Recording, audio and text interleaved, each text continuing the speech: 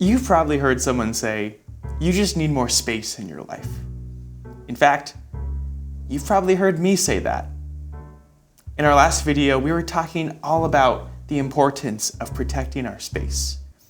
And that is very important. But guess what? It goes beyond just protecting our space. Space, by itself, is not the goal.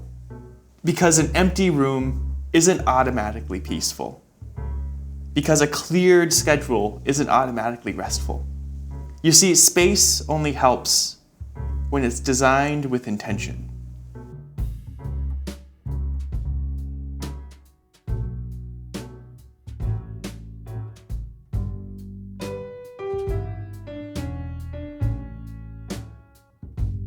I want you to take a minute and think about your house.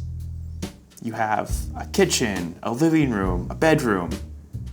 These are all separate spaces that are designed for specific purposes. Could you technically sleep in your kitchen? I guess. Could you hang out and host your friends in the bathroom? I mean, if you really wanted to, you could. But that's not what those spaces were made for. When a house is designed well, every room serves a specific purpose. The whole house functions the way that it's supposed to.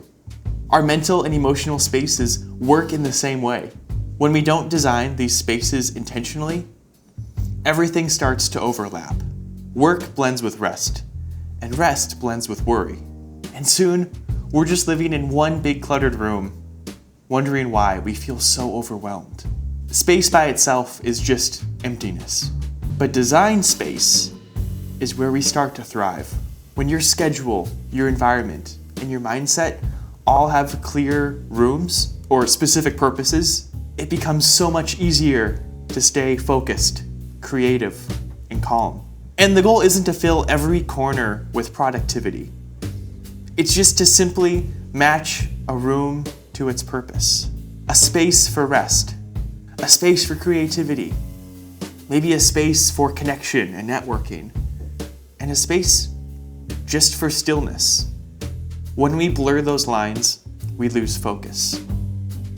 But when we define them, we find peace. Let's talk about two different types of spaces, physical and mental. In physical space, your surroundings directly impact your focus. If your workspace feels chaotic, your mind will feel chaotic too. You don't need to make it a perfect curated space. It just needs to be intentional. Ask yourself, what is this space for? And how can this space help me do that thing well? That could mean keeping your desk clear for focus, or having a comfortable chair near a window for you to read or meditate. Your mental space, on the other hand, is all about rhythm and attention.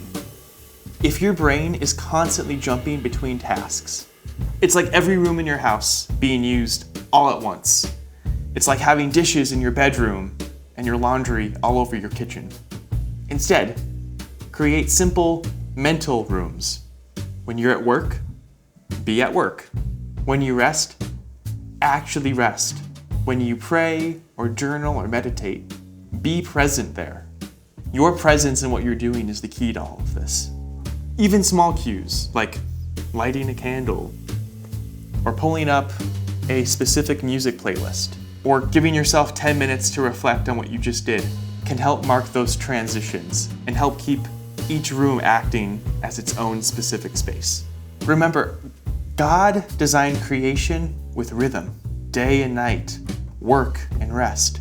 There's a pattern of space and purpose built into everything.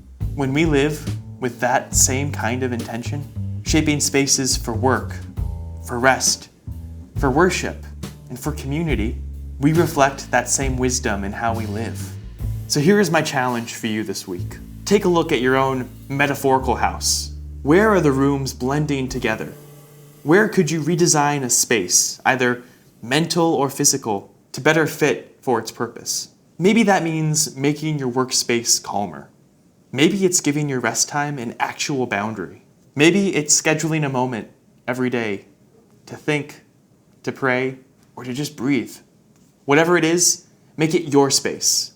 A space that serves your purpose. a space where you can grow, create, and thrive. Because the goal isn't just to make room in our lives.